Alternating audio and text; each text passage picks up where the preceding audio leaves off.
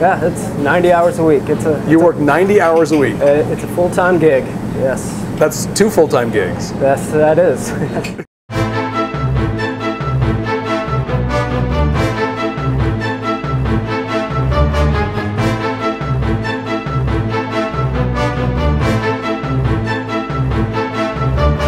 I needed there to be someone to come in and say, I want to make this a career. I want to make making pizzas a passion.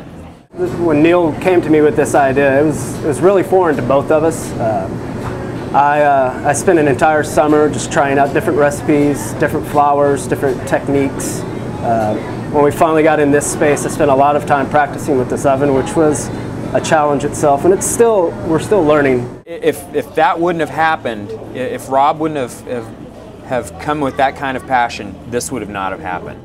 I actually have a fine dining background, but not in baking, so I kind of had to teach myself how to really understand how a baker works. Our dough's cold fermented, but you're playing with wild yeast, you're playing with all these natural ingredients. It's a really wet dough, meaning that it tears pretty easily, and doing all the tricks and everything, you're going to put fingers, knuckles straight through it. So we just gently work the dough, not kneading it, over kneading it, getting all the air out. The texture I was looking for was, slightly fluffy, airy in the crust. You want some chew in there and the sourness.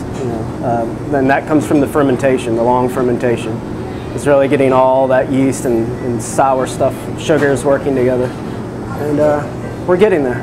The hardest part for us here is trying to get people to try a different style of pizza. Everyone's grown up on the Pizza Hut and on the Papa John's, the soft pizza, the thick crust.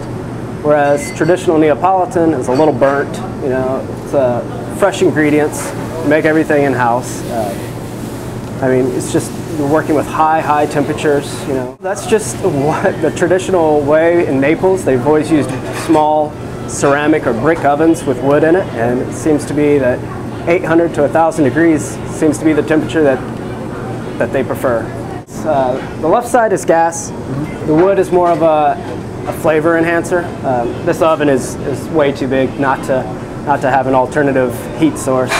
Temperature plays a big part in how our day goes. If it's nice out one day, the dough might be off. Colder days, the dough's a little stiffer. Humid days, the dough's hard to work with. So, it's a learning curve. Do you have a favorite pizza to prepare? I would say our sausage pizza.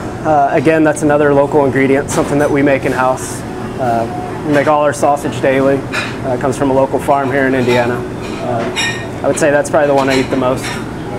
How many pizzas do you think you make a day now? Oh man, now we're up to probably 200-300 a day.